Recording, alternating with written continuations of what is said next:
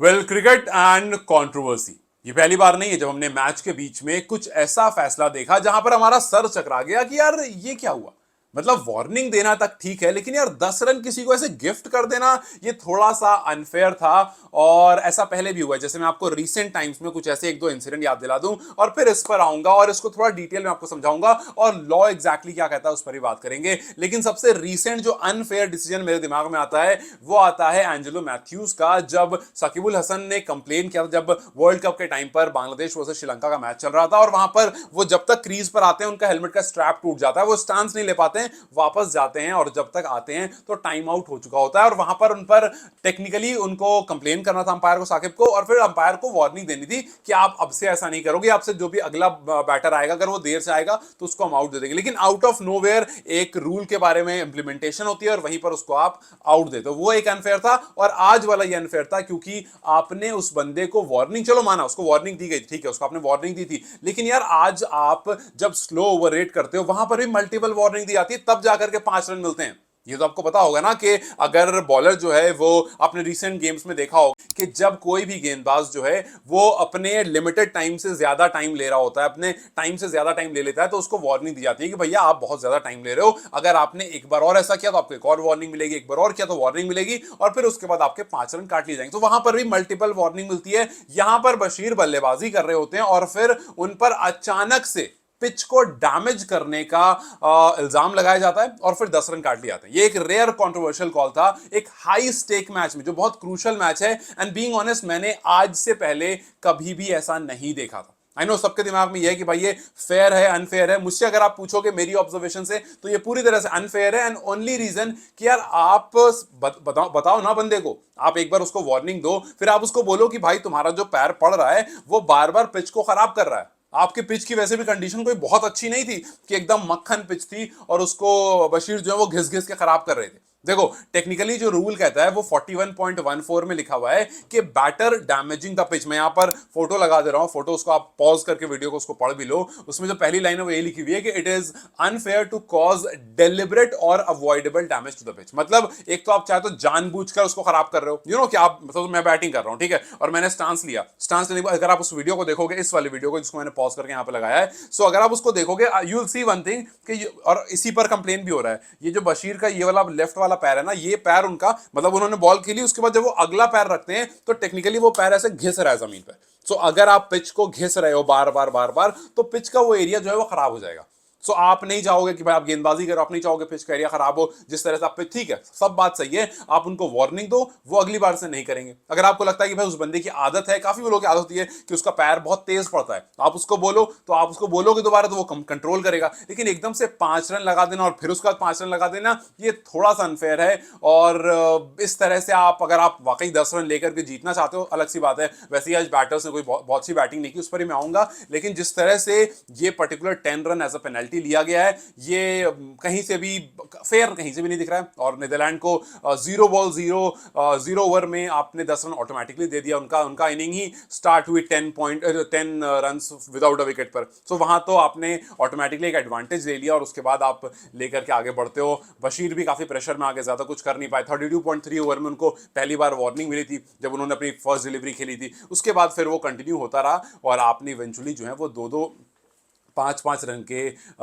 जो penalty run थे वो अपने पास रख लिए। सो मेरे हिसाब से पूरी तरह से अनफेयर था और नीदरलैंड को इस तरह से नहीं करना चाहिए। वरना इससे पहले वेंडन मर्वे का वो फोटो बड़ा वायरल हो रहा था, उस पर काफी लोगों ने मुझे भेजा भी था कि भाई इस पर बात करो, सब बात करो, लेकिन वो मजाक था। मैंने आपको पिछली वीडियो में कहा था कि वेंडन मर्वे में मजाक मजाक के पैर पकड़ा था और वो दिख रहा था कि मजाक में पैर पकड़ा था। वहां पर कंप्लेन कर रहे थे, फिर वहां पर वो कहते कि भाई मैं तो यहाँ पर 2 रन ले रहा था, मैं 2 रन लेने वाला था, मुझे मेरा पैर पकड़ लिया गया। बट वहां पर आपने समझा ना कि वो एक मजाक चल रहा है, आपने उसको फन वे में लिया ना, आपने उसको स्पोर्टिंग वे में लिया ना। नेपाल के बैटर ने उस टाइम तो कंप्लेन नहीं करी, भाई वो मजाक था, मजाक कौन कौन लेता है। यहां पर भी आपको उसको बोलना चाहिए था कि भाई देखो इस तरह से नहीं करो, आपको बड़ा प्रोफेशनलिज्म सूझ रहा है। सो अगर आप वाकई बाय द बुक जाना चाहते हो तो हर छोटी छोटी चीज के लॉज हैं जो आपको धीरे धीरे निकलते रहेंगे और हर दिन घड़ी लेकर बैठे रहेंगे कि कौन सा बैटर लेट से आ रहा है, उनको करो यू नो टाइम आउट वाला सीन जो होता है जो एंजेलो मैथ्यूज का हुआ था वो करो और निकालो कि हाँ भैया आप लेट से पहुंचो, चलो बाहर जाओ।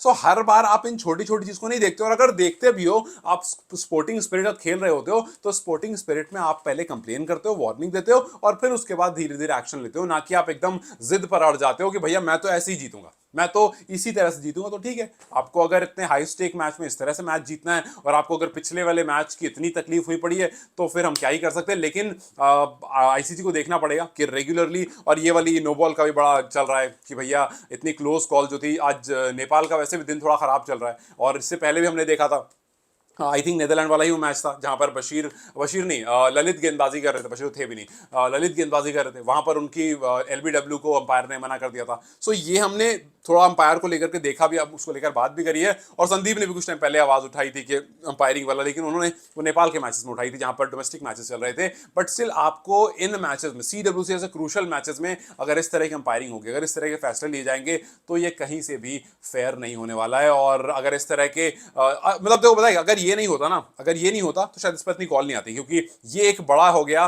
और आप काफी बार इस तरह की नो बॉल्स को आप काफी बार बैटर के फेवर में और काफी बार बॉलर के फेवर में जाते हुए देखते हो। लेकिन एक बड़ा डिसीजन अगर आपके लिए इतना अगेंस्ट चला जाए, 10 रन एक बड़ा गैप होता है। 2-2 रन से नेपाल मैचेस हार रहा है, पिछला मैच 2 रन से हारा था, उसके पहले वाले क्लोज मैचेस जीता था। तो जब इतने क्लोज मैचेस हो रहे हैं तो आप 10 रन लेकर के तो भाई आपने बड़ा एक अनफेयर सी चीज कर दी। और यहां पर मतलब ये पूरा कॉन्ट्रोवर्शियल है और ये मैं इसमें किसी भी तरह से नीदरलैंड का सपोर्ट नहीं कर रहा हूं। हालांकि इस तरह का एक और रूल है जिस पर मैं हमेशा फेवर करता हूं और वो है मैनकेड वाला रूल। मैनकेड वाला रूल आपको पता होगा, बॉलर आता है, गेंदबाजी करता है और अपनी बॉल डिलीवर करने से पहले उसको लगता है कि भाई रनर जो है वो पिच छोड़ के जा चुका है, तो वो रन आउट कर देता है, मैनकट कर देता है और वहां पर उसको आउट दे दिया। तो काफी लोग कहते हैं कि यार ये भी स्पिरिट के अगेंस्ट है, लेकिन मैं कहता हूं वो रूल पूरा पूरा क्रिकेट स्पिरिट में आता है और वहां पर कोई वार्निंग देने की मेरे ख्याल जरूरत नहीं है। हालांकि वार्निंग अंपायर देता है, लेकिन वार्निंग देने की जरूरत नहीं है। भाई आपका काम क्या है? आपका काम सिंपल है कि बॉल डिलीवर हो जाए फिर आप भागो। भाई वो क्रूशल रन्स है ना, तो वैसे तो फिर विकेट कीपर भी आगे आके पकड़ता रहेगा। भाई विकेट कीपर जब एक बार आगे से पकड़ता है आप उसको नो बॉल दे देते हो, लेकिन रनर जब अपना स्टांस छोड़ के आगे निकलता है आपका, तो वार्निंग दो पहले उसको। क्यों भाई वार्निंग दे? क्या हम स्टंप देने से पहले वार्निंग करते हैं? स्टंप करने से पहले वार्निंग देते हैं कि देखो तुम इस बार निकलो, अगली बार निकलो तो आउट कर देंगे। जब स्टंप में वार्निंग नहीं दे रहे हो, जब विकेट कीपर थोड़ा आगे से पकड़ ले रहा है उसको दे दे रहे नो बॉल, तो फिर यहां रनर्स को क्यों करना? सो मैनकेड वाला रूल जो है उसको तो मैं पूरी तरह से फेयर मानता हूं कि नहीं भैया, मैनकेड अगर हुआ है तो वो अनफेयर नहीं है और वो स्पोर्ट्स स्पिरिट के अंदर है। लेकिन ये जो हुआ 10 रन दे देना, ये पूरी तरह से स्पिरिट के अगेंस्ट है और इस पर मुझे लगता है नीदरलैंड को थोड़ा सोचना पड़ेगा, वरना आप पैर पकड़ पकड़ के चल रहे हो। वहां पर भी आपके नंबर कटने थे और वहां पर भी उसको नो बॉल दिलवाई थी, या वहां पर भी कंप्लेन करना था। सो यार आपको भी समझ में आता है कि भाई प्रोफेशनल अगर बनना है तो फिर ठीक ठाक ढंग से प्रोफेशनल बनो। खैर, अगर आज के बारे में बात करें तो आज काफी हद तक चीजें जो है वो बल्लेबाजों के फेवर में नहीं हुई। आसिफ नहीं थे तो अनिल थे, वो तो भाई नेक्स्ट लेवल प्रेशर में थे और उनसे तो मतलब 15-15 बॉल खेलकर जब आप 1-2 रन बनाते हो तो समझ में आता है कि क्या किस हद तक काम हुआ है। आज भी एक बार फिर से डिफेंसिव क्रिकेट रही, हालांकि पोस्ट मैच में इसके बारे में डिटेल से बात करूंगा कि कहां पर कमियां आई हैं, लेकिन ये ऐसा रहा कि आज भी एक बार हमने बैटर का जो शुरू वाला एंड था उसमें स्ट्रगल देखा, उसमें काफ़ी डिफेंसिव क्रिकेट देखी और एक बार फिर से हमने देखा कि यार जो आप नीचे वाले बैटर्स हैं उन पर ही आप रह जाते हो। आरिफ हैं तो आरिफ रन्स कर रहे हैं, कंसिस्टेंटली रन्स कर रहे हैं, वरना फिर रोहित एक बार फिर से काफ़ी सारी बॉल खेल करके और अच्छा खासा सेट होने के बाद भी एक अननेसेसरी शॉट मार करके वहां पर आउट हो गए। सो काफ़ी बार ऐसा हम देख रहे हैं कि यार नेपाल के जो ऊपर वाले बैटर, जो टॉप ऑर्डर बैटर्स हैं, वो रन्स नहीं कर रहे हैं, वो डिलीवर करके नहीं दे रहे हैं, जिस वजह से नेपाल जो है परेशानी में आ रहा है। पिछले कुछ मैच से लोअर ऑर्डर काम कर रहा है और उस वजह से आप मैच जीत जा रहे हो। लोअर ऑर्डर काम नहीं करेगा तो फिर आप समझ लो कि ऊपर वाला भी नहीं, नीचे वाला भी नहीं, एकदम डब्बा जो है वो गोल हो जाएगा। खैर लेट्स सी कि मैच का रिजल्ट किस तरह का होता है, लेकिन यस ये मेरी तरफ से पूरी तरह से अनफेयर था। आपको क्या लगता है? आप इस पर्टिकुलर कंट्रोवर्सी को किस एंगल से देखते हो? मुझे कमेंट जरूर बताएं। Till then you guys take care, I will see you very soon, bye.